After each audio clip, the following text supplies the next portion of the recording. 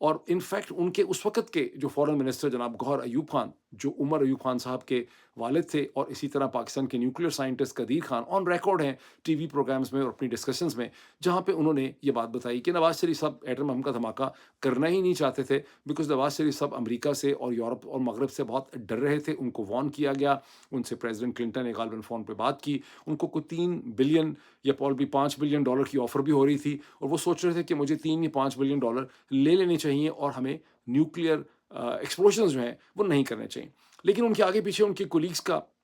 فوج کا، میڈیا کا، پبلک کا، سیاست کا، عوام کا اتنا پریشر تھا کہ نواز شریف صاحب کی کچھ نہ چلی، اور ان دی اینڈ ان کو یہ نیوکلیئر دھماکے جو ہیں وہ کرنے پڑے۔ یہ اور بات ہے کہ ایک بچے کی طرح ان کے ذہن میں یہ بات چلی گئی ہے کہ میں نے ہی پاکستان کو، وہ خالی یہ نہیں کہتے کہ میں نے اس دن میں نے دھماکے کرنے کا فیصلہ کر لیا، وہ اس طرح سے اس کو پریزنٹ کرتے رہے ہیں گزشتہ 24 برس سے کہ جیسے بم ہی انہوں نے بنایا، وہی سائنسدان تھے، انہوں نے یہ سارا کا سارا پروسیس جو ہے کیا۔ لیکن دس ڈز ناٹ اسٹل، ہاں ویسے اگر کریڈٹ اگر دینا ہو، میں نے لکھ کے رکھا ہوا ہے پوائنٹ، نواز شریف صاحب سم اور دی ادر، پتہ نہیں کیا بات ہے پی ایم ایل این کی کمیونیکیشن اسٹریٹجی میں، نواز شریف صاحب کو جینونلی کریڈٹ جاتا ہے پاکستان میں موٹر وے کا تصور دینے کا، لاہور اور راول پنڈی، اسلام آباد اور لاہور کے درمیان جو موٹر وے ہے وہ نواز شریف صاحب کو اس کا کریڈٹ جاتا ہے۔ اسی طرح 2013-14 میں کراچی شہر کے اندر جو ایک کینسرس قسم کی ملیٹنسی تھی، جو دہشت گردی تھی، اس کو ختم کرنے کا جو انیشیٹو ہے پولیٹیکل صحرا، وہ بھی نواز شریف صاحب پہ جاتا ہے۔ اسی طرح لیپ ٹاپ اسکیمز جو ہیں اس کا صحرا بھی نواز شریف صاحب پہ جاتا ہے۔ لیکن جن چیزوں کی ان کو کریڈٹ ملنا چاہیے اس کا کریڈٹ لینے پہ ان کی پارٹی کو زیادہ کام نہیں کرتی، اور ان چیزوں کا کریڈٹ لینے کی وہ کوشش کرتے ہیں جس سے ان کا براہ راست کوئی تعلق نہیں۔ لیکن دس کہانی اسٹل ڈز ناٹ ایکسپلین کہ یہ چھٹی جو ہے اس موقع پہ کیوں دی جا رہی ہے۔ پہلے بات نوٹ کریں کہ یہ چھٹی کوئی 8 10 15 20 دن پہلے اس کا اعلان نہیں کیا گیا، گو 11 مئی کو نواز شریف صاحب نے دوبارہ پہلے لاہور کے اندر ان کی جنرل باڈی کی میٹنگ ہونی تھی، جس میں ان کو پریزیڈنٹ نئے سرے سے الیکٹ ہونا تھا، جہاں 6 برس قبل 2018 میں سپریم کورٹ کے سامنے جب ایک پٹیشن گئی نواز شریف صاحب کے خلاف کہ نواز شریف صاحب تو ان کے اوپر تو چارجز ہیں، ان کی تو کنوکشن ہو چکی ہے، تو وہ پریزیڈنٹ نہیں رہ سکے، تو سپریم کورٹ نے ایک ڈیسیژن کیا، جسٹس ثاقب نثار اس وقت چیف جسٹس تھے، جس کے نتیجے میں نواز شریف صاحب اپنی پارٹی کے پریزیڈنٹ نہ رہ سکے۔ تو اب 6 برس کے بعد چونکہ سپریم کورٹ نے بہت سے فیصلے ایسے کیے جس کا نواز شریف صاحب کو فائدہ ہوا، لائف ڈسکوالیفیکیشن کو بھی ری انٹرپریٹ کر کے ختم کر دیا گیا، تو اب نواز شریف صاحب نے پریزیڈنٹ بننا تھا 11 مئی 2024 کو، لیکن اس کو ریسکیجول کر دیا گیا، اور یہ دن چنا گیا 28 مئی کا، کیونکہ نواز شریف صاحب ایک بار خود پوری دنیا کو یقین دلانا چاہتے ہیں، دنیا کو یقین ہو نہ ہو، اپنے آپ کو کم از کم یقین دلانا چاہتے ہیں کہ میں نے بم پھاڑا تھا، اور 28 مئی کی نسبت سے اس کو ریسکیجول کر دیا گیا۔ لیکن جب 11 مئی کی ریسکیجولنگ کی بات ہوئی، اس وقت بھی میں نے اس کے اوپر ایک ویلاگ کیا تھا، اس وقت کسی چھٹی کی بات نہیں کی گئی، نہ 11 مئی کو کی گئی، نہ 15 مئی کی کی گئی، نہ 20 مئی کو کی گئی، نہ 23 مئی کو کی گئی، یہ صرف ایک دن پہلے منڈے کے دن 27 مئی کو اس کا کیبنٹ سے ایک نوٹیفیکیشن کیبنٹ ڈویژن سے ایشو ہوا، اور شہباز شریف صاحب نے پورے ملک میں بڑی خوشی سے کہا کہ چھٹی ہوگی۔ اس موقع پہ شہباز شریف صاحب نے نواز شریف صاحب کو تو ٹریبیوٹ دیا ہی، ان کی بہادری کا، پاکستانی قوم کو بھی، ساتھ انہوں نے اپنے آپ کو ملٹری اسٹیبلشمنٹ کے ساتھ بھی الائن کیا، اور تحریک انصاف کے اوپر بھی انہوں نے وہاں پر ایک اٹیک کیا نام لیے بغیر، کہ جس قسم کے عناصر اور پارٹیز نے 9 مئی کیا ہے، اس قسم کے واقعات جو ہیں، یہ اس قسم کی جو شورش ہے اسے بالکل بھی برداشت نہیں کیا جائے گا، وغیرہ وغیرہ وغیرہ۔ اچھا، اب یہ اس میں ہمیں اب یہاں پر یہ سمجھ آتا ہے، بہت ضروری ہو چکا ہے کہ ہم اس کا انالیسس کر سکیں کہ یہ انہوں نے چھٹی کا اعلان کیوں کیا ہے۔ دیکھیں، چھٹی جہاں ایک طرف نواز شریف صاحب کی ایک سیاسی ضرورت ہے، یا ان کی ایک ایموشنل سائیکولوجیکل ریکوائرمنٹ ہے، سیاسی سے بھی زیادہ، بیکاز نواز شریف صاحب بڑے پریشان اور مجبور ہیں، کیونکہ وہ الیکشن بہت بری طرح ہار چکے ہیں۔ جب کسی نے میٹرک کا سرٹیفکیٹ پیسے دے کے جعلی بنایا ہو، یا کسی نے امتحان دیا ہی نہ ہو، یا کسی نے جعلی MBBS کی ڈگری لی ہو، تو باہر سے لوگوں کو نہ بھی پتہ ہو کہ کسی کے پاس جعلی ڈگری ہے، اس کو اندر سے پتہ ہوتا ہے کہ میرے پاس جو ڈگری یا سرٹیفکیٹ ہے وہ جعلی ہے۔ نواز شریف صاحب جانتے ہیں کہ وہ الیکشن ہار چکے ہیں، ان کی بیٹی جو چیف منسٹر بنی ہے وہ بھی الیکشن ہار چکی ہے مہر شرافت سے، ان کو پتہ ہے کہ ان کا بھائی جو وزیر اعظم بنا ہے یہ بھی اپنا الیکشن ہار چکا ہے، ان کو پتہ ہے کہ ان کی ساری سیاسی جماعت کی ٹوٹل 15-16 سیٹیں ہیں فارم 45 پہ، ان کو 75 دلا دی گئیں۔ تو نواز شریف صاحب اندر سے بڑے دکھی ہیں، بڑے رنجیدہ ہیں، وہ دوبارہ اسی طرح سے مقبول ہونا چاہتے ہیں، بڑا سیاسی لیڈر بننا چاہتے ہیں، وہ چاہتے ہیں لوگ ان سے پیار کریں والہانہ طور پہ، جو کبھی کسی زمانے میں لوگ کہتے تھے شیر آیا شیر آیا، جو نواز شریف 1990s میں تھا، یہ کم از کم 2013 تک تھا، وہ اسی قسم کا نواز شریف دوبارہ بننا چاہتے ہیں۔ ان ادر ورڈ تھوڑا سا اگر ٹیکنیکل لفظ ہم استعمال کریں تو نواز شریف صاحب اپنے آپ کو ریسرکٹ کرنا چاہتے ہیں، اپنی پاپولیرٹی کو رینیو کرنا چاہتے ہیں، اور نواز شریف صاحب سائیکولوجیکلی یہ سمجھتے ہیں کہ 28 مئی کے ساتھ اپنے آپ کو آئیڈینٹیفائی کر کے لوگ احساس کر سکیں گے. لوگوں نے کبھی بھی نہیں مانا کہ نواز شریف صاحب نے بم پھاڑا تھا، لیکن نواز شریف صاحب کیا سمجھتے ہیں کہ میرا یہاں پر ایک پولیٹیکل رینیول جو ہے ہو سکتا ہے. یہی قسم کی جو ایک ویکنس نواز شریف صاحب کے اندر ہے، اسی قسم کی اس وقت آپ کو ایک سائیکولوجیکل ویکنس پاکستان کی ملٹری اسٹیبلشمنٹ کے اندر بھی ہے، جو اب اس طرح سے مقبول نہیں رہے جس طرح سے لوگ سڑکوں پہ کھڑے ہو کے ٹرکوں کی دھول دیکھتے رہتے تھے، پیچھے سے محبت میں گرفتار تھے. وہ اب وہاں پہ صورتحال نہیں ہے. وہ بھی اپنا ایک رینیول چاہتے ہیں، وہ بھی اپنے آپ کو ریسرک کرنا چاہتے ہیں. تو یہ جو دونوں ایلیمنٹس ہیں، ان دونوں نے مل کے یہ چھٹی کا فیصلہ کر دیا ہے 28 مئی کا. اور یہ جس طرح سے اسے عوام نے لیا ہے اور جس قسم کا رد عمل اور ریئیکشن اور ٹویٹر پہ جو کامنٹس آ رہے ہیں، اس سے آپ اچھی طرح سے اندازہ لگا سکتے ہیں کہ یہ چھٹی کا پورا تصور جو ہے، یہ پورا ڈیسیجن کتنا فلاڈ ہے اور کتنا جو ہے یہ بیکار گیا ہے یہ سارا کا سارا کام، اور اس کا کوئی رزلٹ جو ہے وہ نہیں نکل سکتا. اس طرح سے قومیں چھٹی نہیں دیتی. سب سے پہلی ایٹمی طاقت جو ہے وہ امریکہ تھی، پھر اس کے بعد روس نے کچھ عرصے کے بعد 1 ڈیڑھ سال کے بعد روس ایٹمی جوہری طاقت ہو گیا. پھر تیسری طاقت برطانیہ تھی، چوتھی طاقت جو ہے وہ فرانس تھی، پھر اس کے بعد چین بن گیا نیوکلیر، پھر انڈیا بن گیا. کسی بھی ملک میں چھٹی نہیں دی جاتی اس دن، اور خود پاکستان میں بھی کبھی نہیں دی گئی ہے. تو اس کو بھی ذہن میں رکھنا چاہیے. اور امریکہ میں تو اگر اس طرح سے چھٹی دینے لگ جائیں کسی اس قسم کی چیز کے اوپر، تو پھر جس دن رائٹ بردرز نے پہلی اپنی پرواز مکمل کی تھی کچھ منٹ کی، تو پھر وہ بھی اس میں بھی چھٹی ہونی چاہیے. جب تھامس الوا ایڈیسن جو ہیں انہوں نے بلب بنا لیا تھا الیکٹرک 19ویں صدی کے آخر میں، پھر اس دن چھٹی ہونی چاہیے. جب کسی نے گراموفون انوینٹ کیا تھا امریکہ میں، پھر چھٹی ہونی چاہیے. جس دن اسے کہتے ہیں امریکہ نے پہلی جنگ عظیم جیت لی تھی، اس دن بھی چھٹی ہونی چاہیے. جب دوسری جنگ عظیم میں جرمنی نے ہتھیار ڈالے تھے تو چھٹی ہونی چاہیے. جب جاپان کو ایٹم بم مارے گئے، انہوں نے ہتھیار ڈال دیے تو چھٹی ہونی چاہیے. جس دن پہلا آدمی چاند میں لینڈ کر گیا تھا امریکن ایسٹروناٹ نیل آرمسٹرانگ، تو چھٹی ہونی چاہیے. پھر جب اسے کہتے ہیں انٹرنیٹ لانچ ہوا تھا تو چھٹی ہونی چاہیے. اس طرح سے اگر امریکہ میں چھٹی ہونے لگ جائے تو یقین مانے ایک دن میں دو دو دفعہ چھٹی جو ہے وہ کرنی پڑ جائے گی. لیکن پاکستانیوں کی بہت سینسیشنلزم ہے بم کے ساتھ. دنیا میں شاید ایک نارتھ کوریا کے ہمیں اندر کے حالات نہیں پتہ، لیکن جتنا پاکستانی سیاستدانوں نے، لیڈروں نے، میڈیا نے بم بم بم بم کو پیٹا ہے، دنیا میں اور کوئی بم والے کنٹری ایسا نہیں ہے جس نے بم کو اتنا پیٹا ہے. اور اس سے آپ کو یہ پتہ چلتا ہے کہ پاکستان میں کلیکٹیولی طور پر جو ایک نفسیاتی طور پر سینس آف انسیکیورٹی پائی جاتی ہے کہ ہمارے پاس گراموفون نہیں ہم نے بنایا تو ہم نے بلب نہیں بنایا، ہم نے انٹرنیٹ نہیں بنایا، ہم نے فون نہیں بنایا، ہم نے کوئی ٹینک نہیں بنایا، تو اس ساری چیز میں ان کو لگتا ہے کہ ہم نے بم بنایا. حالانکہ ہم نے جو بم بنایا وہ بیسکلی ایک طرح کا فوٹو کاپی ہے، ہم نے اس میں کوئی نئی چیز جو ہے وہ انوینٹ نہیں کی. امید یہ کی جا سکتی ہے کہ جب یہ معاشرہ زیادہ صحت مند و ہیلدی ہو جائے گا کسی سٹیج پہ جا کے، تو یہ اتنی زیادہ جو بم obsession ہے پاکستانی معاشرے کی وہ کم ہو سکے گی. اب اس بم کی کہانی سے نکل کے اگر ہم تھوڑا سا آگے غیر بم والی چیز میں عدالت میں آئیں، وہاں بھی بہت انٹرسٹنگ بم جو ہے وہ پھٹنے والا ہے اسلام آباد ہائی کورٹ میں. اس کو آج تو کم از کم پھٹنے سے روک دیا گیا ہے، لیکن اس بم نے پھٹنا ضرور ہے، اور بڑی انٹرسٹنگ اس بم کی کوریج جو ہے ہونی ہے. یہ کیا معاملہ ہے؟ یہ معاملہ یہ ہے کہ تحریک انصاف کے بہاف پہ عمر ایوب نے ایک پٹیشن ڈالی اسلام آباد ہائی کورٹ میں، جس کا میں نے پہلے ایک ویلاگ میں ذکر کیا تھا. یہ پٹیشن اس حوالے سے ہے کہ جس طرح سے آدھی رات کو 23 مئی کو پاکستان تحریک انصاف کا G84 کے کمرشل سینٹر کے اندر تحریک انصاف کے دفتر کو مسمار کر دیا گیا. مسمار کرنے کے بعد اسے سیل کر دیا گیا، یہ کہہ کے کہ ہم تو یہ ناجائز تجاوزات تھیں، غلط کنسٹرکشن تھی، ہم تو نوٹسز دے دے کے مر گئے. 2020 سے نوٹسز دے رہے ہیں، آخری نوٹس تو 10 مئی کو دیا گیا تھا، اس لیے ہم آئے ہیں آدھی رات کو اس کو ڈیمالش کرنے کے لیے. اس حوالے میں اور اس اقدام کے خلاف جو capital development authority CDA، commissioner Islamabad اور اسلام آباد کی پولیس نے کیا، ایک پٹیشن دائر کی عمر ایوب صاحب نے، آئی تھنک بیرسٹر شعیب شاہین کے تھرو.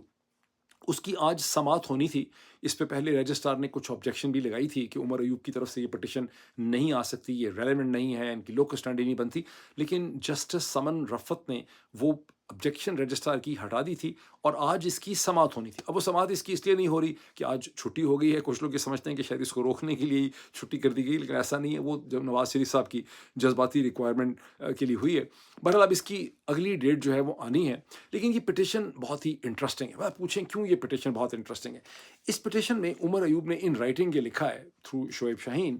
کہ تحریک انصاف کی فائنانس بورڈ کے 2 ممبران ارشد داد اور نسیم رحمان جو ہیں، انہوں نے 17 جولائی 2020 کو